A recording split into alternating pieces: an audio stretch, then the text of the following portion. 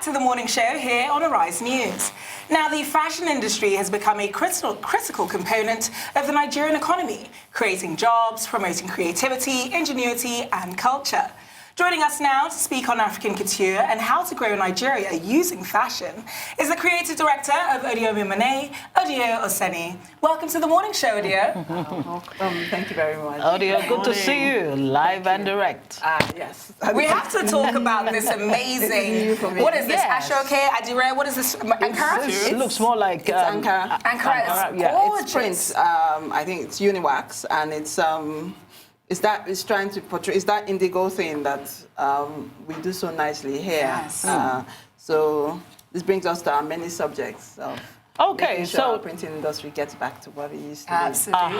And it used to be in a good place before. Yes, What exactly went wrong? There was a time when it was the joy and the pride of a Nigerian woman actually to, don African, Nigerian fashion. Yes, yes.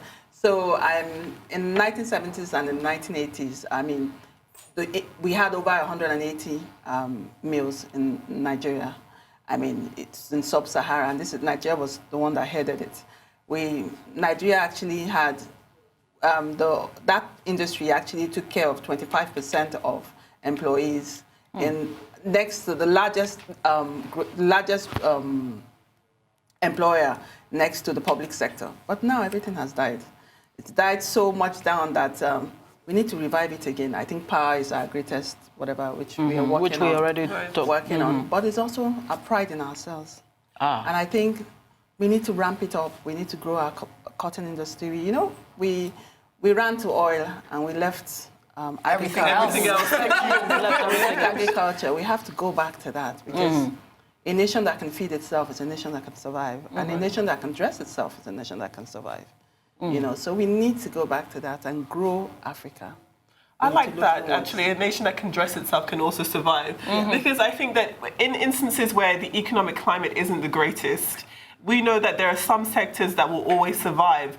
Food, for example, no matter how poor you are always going to need to eat. Correct. How does fashion fall into that category? Because that is often considered a luxury, especially with a brand like yours. I know that you've said that your brand definitely earns itself as a business that wants to use fashion to boost the economy. How do you think it does that, since we know that fashion itself isn't a necessity, it isn't a needed good? So let's do psychology first. But before psychology, let me just do numbers. Sure. Okay. So we have $2.5 trillion in world economy as attributed to fashion. 2.5 trillion, that's crazy. Globally, of which 1% goes to sub-Africa, and of which Nigeria has 0.15% of that. So that's a total of 0.15% of 2.5 trillion. That's crazy. Almost infinitesimal. Almost nothing. You see, now go back to psychology. When you feel happy, you shop. When you feel down, you need an upper, and you shop.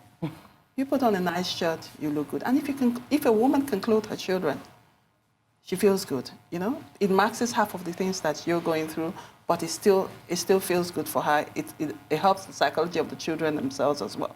So we have huge room for growth, especially if you say we have less than 1% of 2.5 trillion. That's a lot.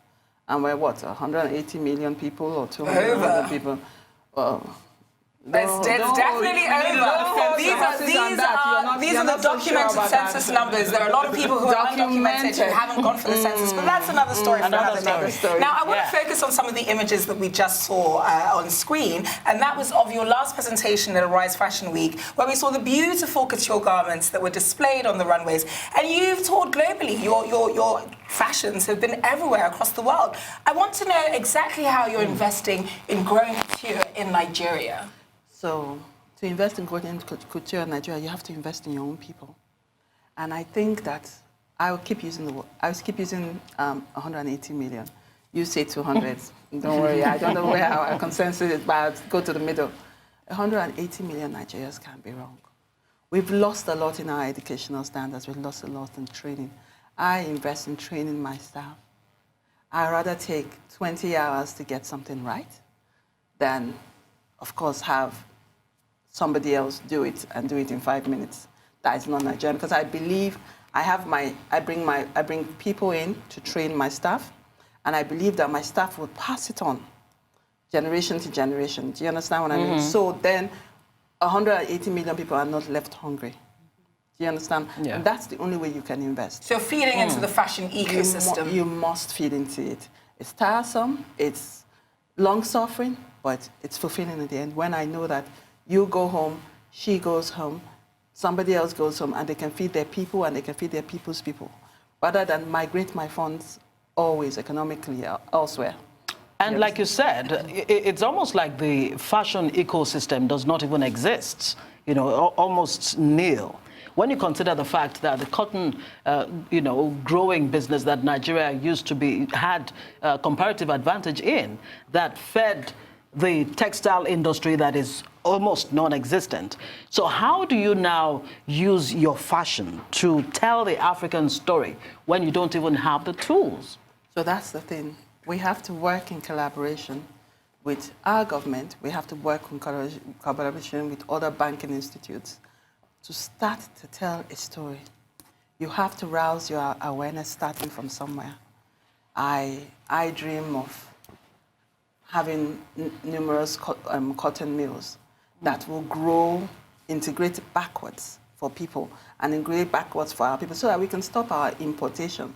All these huge importations we do, but we can't close up on importations without making things standard. I know that now grants have been made possible. Some grants have been made possible, whether it trickles down to us or not. We hope we'll eventually get there, where we can now start to make our own rules. Do you understand that? Rather than always have to. All right, so you have this runway show that's coming up. Tell us about that and what should we be looking forward to? So that's a standalone fashion show. Okay.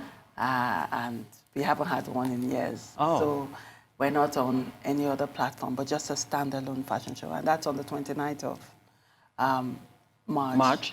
And it's Odio telling her own African story. So it's Odio's African story. And as I said, you can't tell your story. Nobody can tell your story for you. There's this saying that says, until the haunted starts That's one of my favorite quotes. You know, Let's hear it in English. Let's hear it. In English. Yes, please. Well, in the native language. We're so used to hearing parables in Yoruba on the show.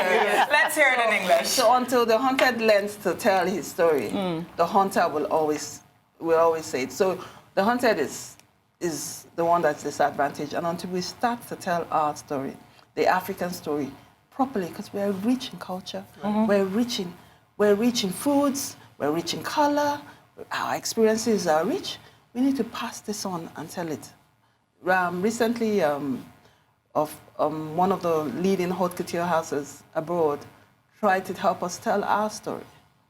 And of course, everybody was up in arms. Which one of the many? We've seen so many of them appropriate Ankara. We saw Stella McCartney use Ghana Must Go fabric for her latest collection. Correct. Which one of the many? Correct. But if we don't tell our story ourselves, absolutely, they will always use it. And we need to tell our story. We need to grow our economy. We need to take back what is ours. And our richness, we need to stand strong in our richness. And we need to not be shy about it. I think now that the world is going very African-loving, quote unquote, yes, they need to love us, but they need to also love us economically as well. So we need to take that back. Yeah. How does that feel though when you create your individual designs, something that is inspired personally, and you see that recreated by someone who doesn't know the story behind it? As in the case of fast fashion. Yeah. How do you feel about that, especially exactly in the case of fast fashion? Well, two things. Fast fashion feeds. If fast fashion didn't exist, if fashion didn't feed into a demand, then it wouldn't exist. Okay? Haute couture itself, or couture itself, is a belabored love of work. It's time. Couture is time. This jacket, it's time. It's finishing it lovingly, and it's bringing it to you with so much love. Now, fast fashion is what we have now. It's the world we have now. It's inexpensive. Inexpensive, but it's also quick gratification. It's, hey, put this on, and you get it really quick. It's feeding a need. But fast fashion is not enough. because after a while it dies, it's a trend, it dies, it doesn't quite evolve, it doesn't quite grow, it doesn't quite nurture. Do you understand? So yes, it will feed what it needs to feed, but we still need to nurture and grow our traditions and our cultures, or we will lose them. And like you said, you know, we're very rich in culture and everything, but is it made more difficult in a multicultural, you know, society like Nigeria? The Ghanaians have the kente that they all rally around. How do you rally around any particular? Is it a showcase? Is it a kwete? Is it a... Which we're one? blessed in that we have so much to choose from. We have so much to choose from, but we seem not to be, you know, taking a good advantage of that. I think you have to look at it the other way around. You have to look at it as a cup being half full rather than half empty. Absolutely. Yes. And I think we do have a lot. We're multicultural, hugely multicultural, and that should be something we should celebrate. So, I mean, if you had 1 million or 2 million people wearing ashoke every day, and another 2 million people wearing the dyes from the Kano pits and co, and Adire from Abeokuta, you are bringing enough money to your economy. Some of these pits now are, I mean, they have hundreds and hundreds of pits. Some of them are not in existence anymore. I think you're definitely right that we should look at the cup as half full, because Kenya, for example, does not even have a national dress. We have so many things to choose from. But let's focus on your collection before we run out of time. You're having the runway show on the 29th of March. What can the viewers expect from your luxurious collection? Expect to dream. Oh. Expect to fall in love. To dream of having that dress, or to dream of actually, I mean, to actually realize that I go home and I have an Odio Mimonet dress in my wardrobe. You can come up and have an Odio Mimonet in your wardrobe, that's fine. But dream of nostalgic Africa. And dream of what you remembered in your childhood and what you loved about it, the smells, whatever it evoked. I want my clothes to evoke that in you. They're not all traditionally African, but you know that the Odio Mimonet woman is that woman that is a blend. Just like you and I, who lives in that global world. She's Afropolitan. Correct. You're welcome. Correct. Use that. I will. I'll hashtag that. But yeah, so that's that woman. So you're going to have that kind of nostalgia. You're going to have that. Well, we can't wait to attend. We will see you and definitely catch Odio Mimonet show on the 29th of March.